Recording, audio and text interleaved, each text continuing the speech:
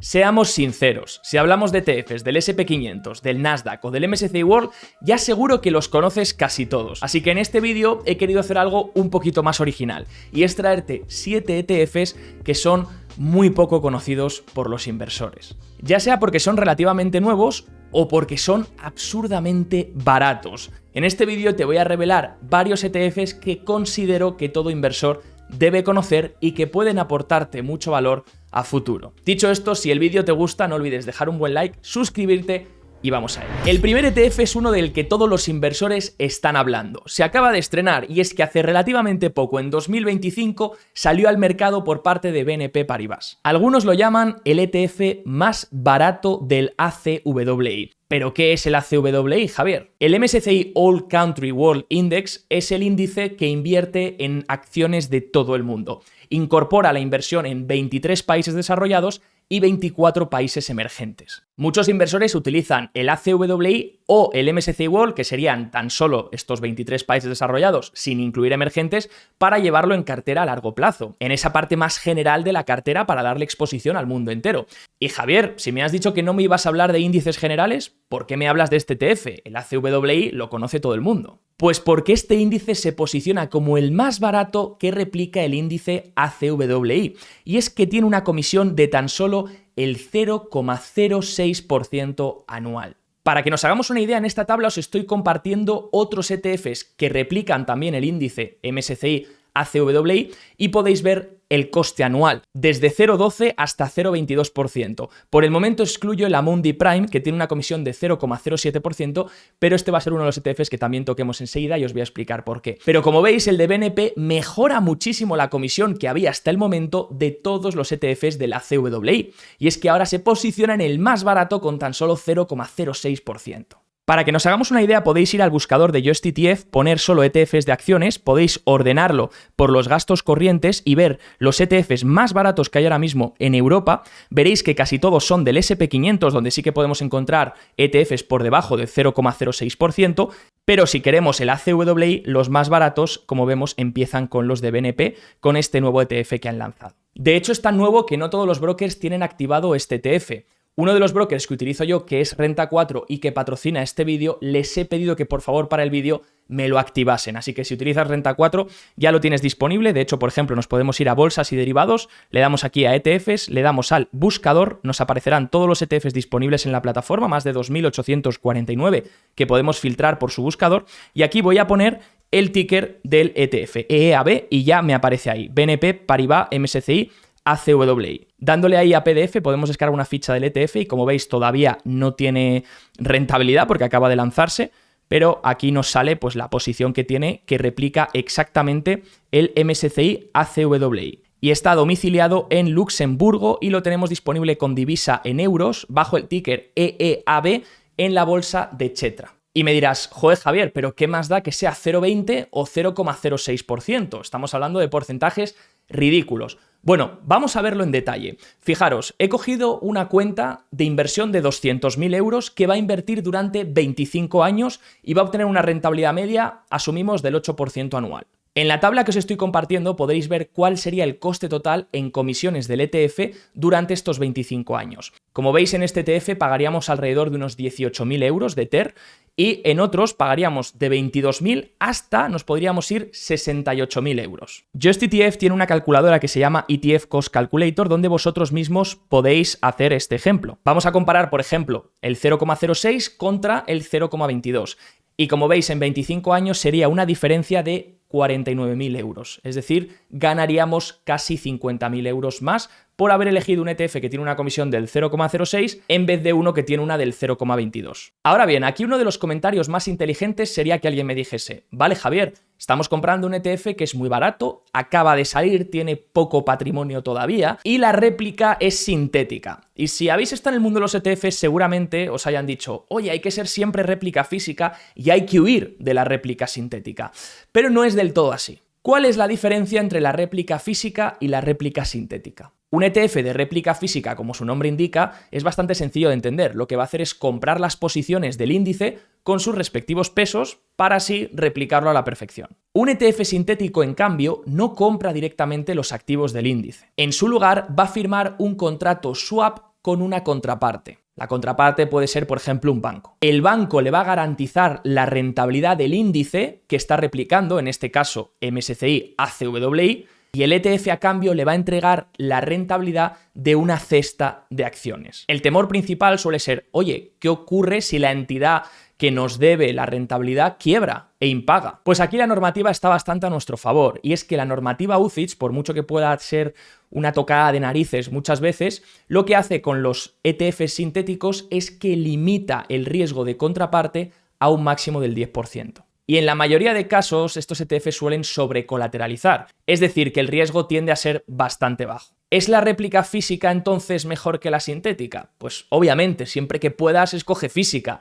pero si la sintética te hace un ahorro tan grande, realmente el riesgo de que no, es sintético, es un swap que va a impagar, realmente eso está colateralizado y no hay tanto riesgo por detrás como se cree porque está bastante regulado. No estoy ni a favor de los ETFs físicos ni de los sintéticos, me es bastante indiferente, pero algo que sí que tenemos que saber es que el ETF sintético se ahorra la retención de dividendos en el país de origen. ¿Y esto qué significa? Pues como sabéis, los ETFs tenemos que comprar ETFs UCITS, es decir, domiciliados en Europa. Pero estos ETFs pueden invertir en cualquier activo. Por ejemplo, pueden replicar el MSCI ACWI, como es el que estamos viendo, que tiene mucho peso en Estados Unidos. Más de un 60% está en acciones estadounidenses. Y algunas de esas acciones estadounidenses reparten dividendos.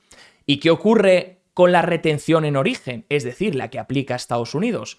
Pues que en ETFs físicos no se recupera. Mientras que en ETFs sintéticos, como no tienen la posesión de las acciones, no se les cobra retención. Se les da la rentabilidad total, incluida dividendo, por la contraparte. Entonces he hecho un cálculo aproximado. Si el MSCI ACWI tiene una exposición del 63% en Estados Unidos y de ese 63% el dividend yield de las empresas que lo componen suele ser alrededor del 1,7% de forma anual, pues lo que he hecho ha sido multiplicar 1,7 por 63 por ese 15% que nos ahorraríamos de retención en esos dividendos, lo que genera un 0,16% de rentabilidad extra todos los años. Esta es una de las cosas que pocos inversores saben de los ETFs sintéticos, y es que si bien pueden tener un pelín más de riesgo que los ETFs físicos, a cambio te estás llevando ese incremento de rentabilidad anual, que es poquito y que muchos no lo notan, pero que si vas a estar muchos años, pues sí que a la larga compensa. Puedes comprobarlo tú mismo, por ejemplo, con un ETF del S&P 500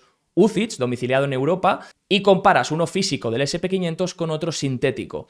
Y si puedes mirar la rentabilidad, por ejemplo, en los últimos 3, 4 o 5 años, verás ese pequeño diferencial de rentabilidad que, aunque los dos tengan la misma comisión, el sintético puede sacar un pelín más de margen. Bueno, Javier, todo genial, pero ¿cuál es el contra de este ETF? Bueno, pues el contra es que es relativamente nuevo. Es decir, tiene ahora mismo un tamaño en una de las clases en euros de 20 millones aproximadamente y en otra clase tiene unos 40 millones. Es decir, todavía no tiene mucho patrimonio para ser un ETF de un índice tan general como es el ACWI. Si quieres, puedes esperar un poco a que el ETF coja patrimonio y entonces ya planteártelo en tu cartera de inversión. Pero es una de las cosas que tenemos que saber. Es pequeño, pero porque acaba de salir al mercado. El segundo ETF del que quiero hablaros es del MSCI World Factor Momentum. En 1993 salió un estudio que se llamaba Retornos de comprar ganadores y vender perdedores y las implicaciones para la eficiencia del mercado. Y este estudio abría la puerta a demostrar el factor momentum. Y es que hay cierto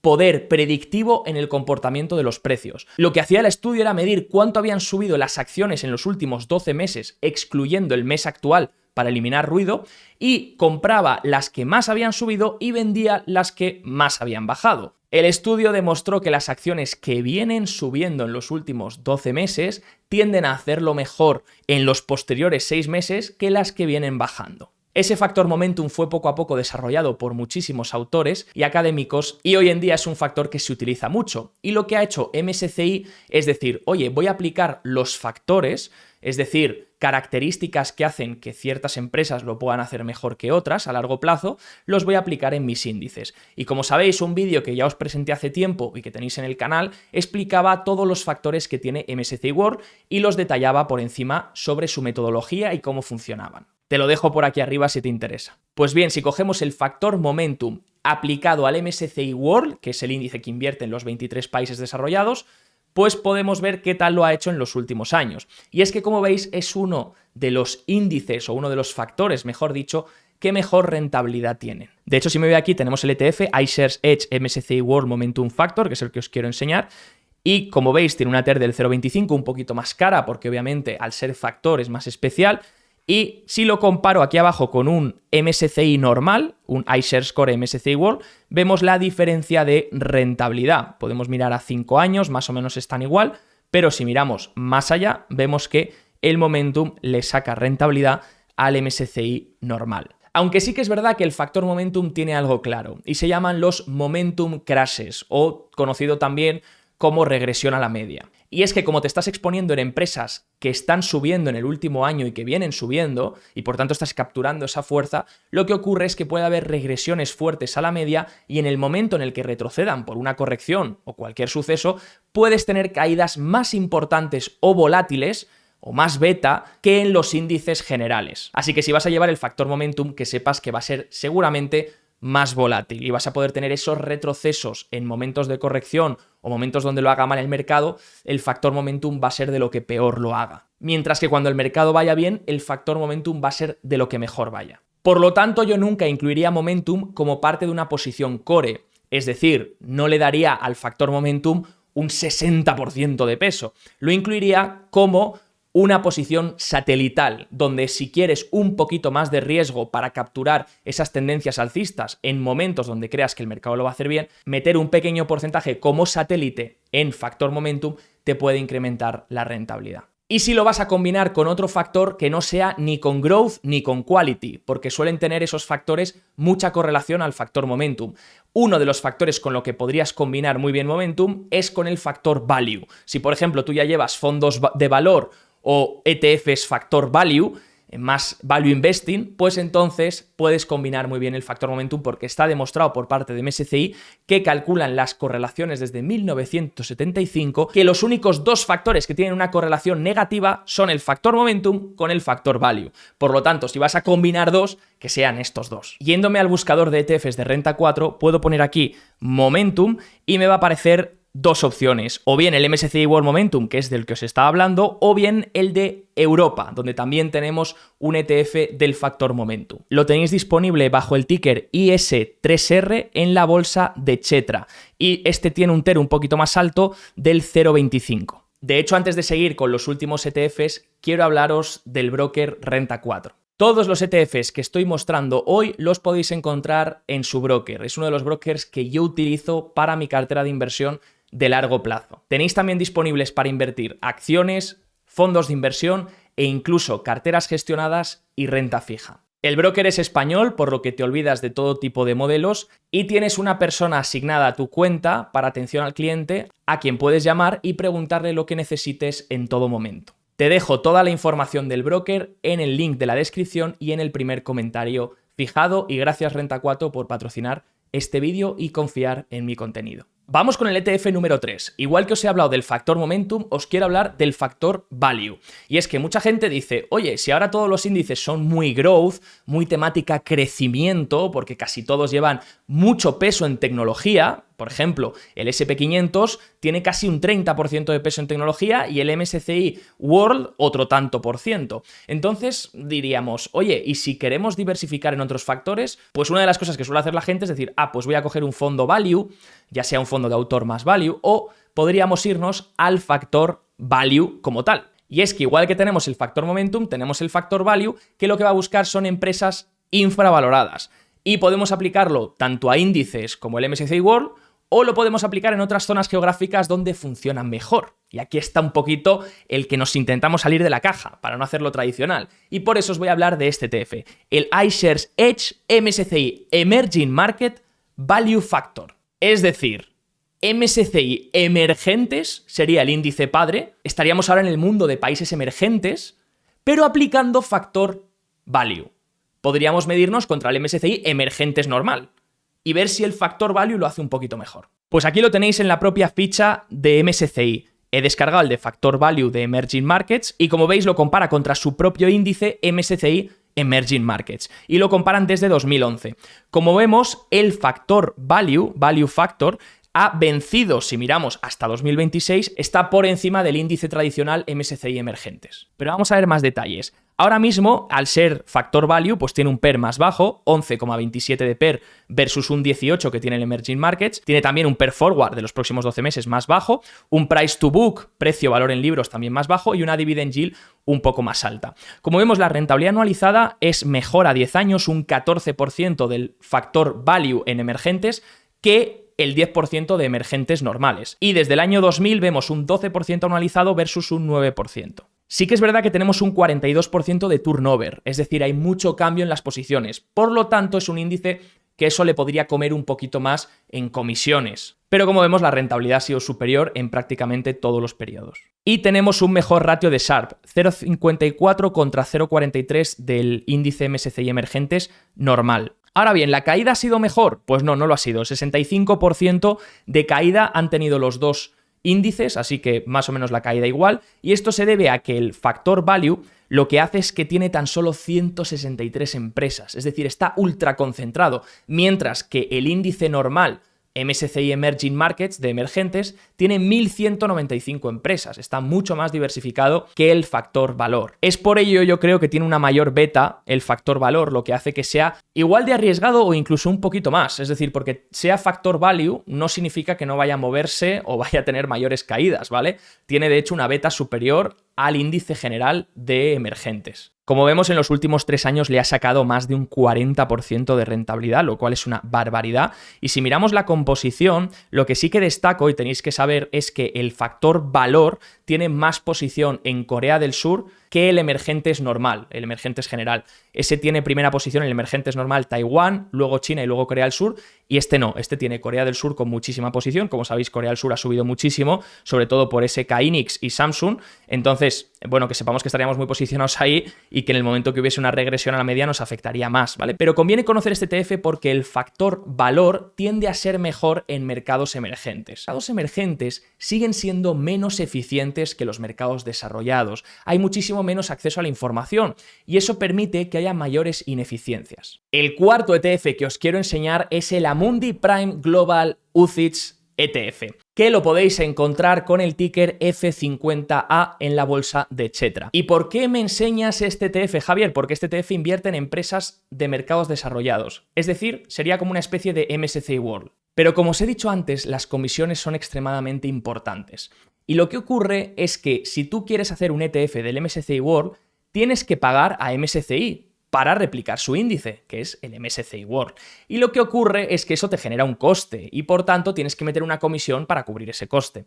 Lo que hace Amundi Prime Global es que básicamente en vez de replicar el MSCI World, replica el índice Solactive GBS Developed Markets Large and Mid Cap. Eso le permite tener una tarifa plana mucho más baja. Aquí tengo, por ejemplo, el conocido iShares Core MSCI World UCITS, que este sí que replica el índice MSCI World, y como veis, este tendría una TER de 0,20. De hecho, vamos a compararlo a este que os estoy diciendo, al Amundi Prime, para ver si se han comportado igual. Y como veis, la réplica es muy parecida. Incluso el Amundi habiendo generado un poquito más de rentabilidad, vamos a compararlo ambos en dólares, como veis, la rentabilidad es muy similar, se mueven prácticamente igual, lo que pasa que el Amundi ha salido hace poco, entonces no tenemos más datos, pero como veis va a replicar lo mismo y al ser un índice que no es MSCI, pero que en teoría replica más o menos lo mismo, pues pagamos un 0,05% de TER en vez de un 0,12, 0,20, 0,25. Así que simplemente para que lo conozcas. El quinto ETF que quiero enseñarte es el MSCI World Equal Weight.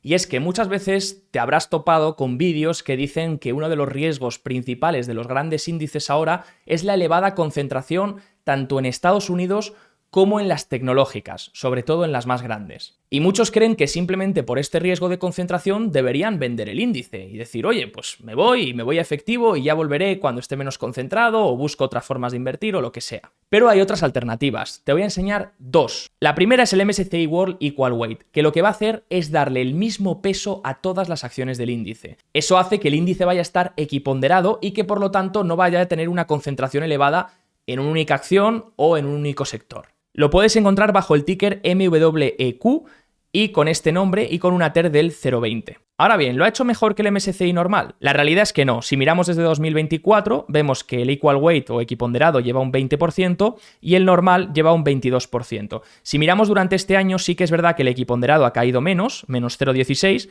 mientras que el normal ha caído más, menos 3% en lo que va de año. Y a un año vista, más o menos están en el mismo nivel. Entonces, sí que es verdad que yo no recomiendo a largo plazo tener un equiponderado, porque al final pierdes el factor momentum, que es que tú quieres que las empresas que mejor lo hagan ganen más peso y las que peor lo hagan pierdan peso. El equiponderado lo que hace es escapar y darle el mismo peso a todo el mundo. Entonces, no sería un índice que llevaría de por vida, o a 20 años vista, o a 10 años vista. Pero es un índice que en momentos puntuales, donde tú creas que tu cartera está muy concentrada en tan solo unos valores, podrías utilizarlo para diversificar y decir, pues quiero añadir esta posición para no estar tan concentrada en tecnología, porque ya llevo mucho y no quiero tener más concentración en Estados Unidos y en tecnología, pues puedo utilizar esto para diversificar más mi cartera y para seguir expuesto a nivel global. El sexto ETF del que te voy a hablar es el MSCI World ex Estados Unidos. Y es que hay otra forma de diversificar esa posición que ya tengas en el MSCI World y digas, oye, quiero reducir un poquito el peso de Estados Unidos, porque el MSCI World ahora mismo es un 60%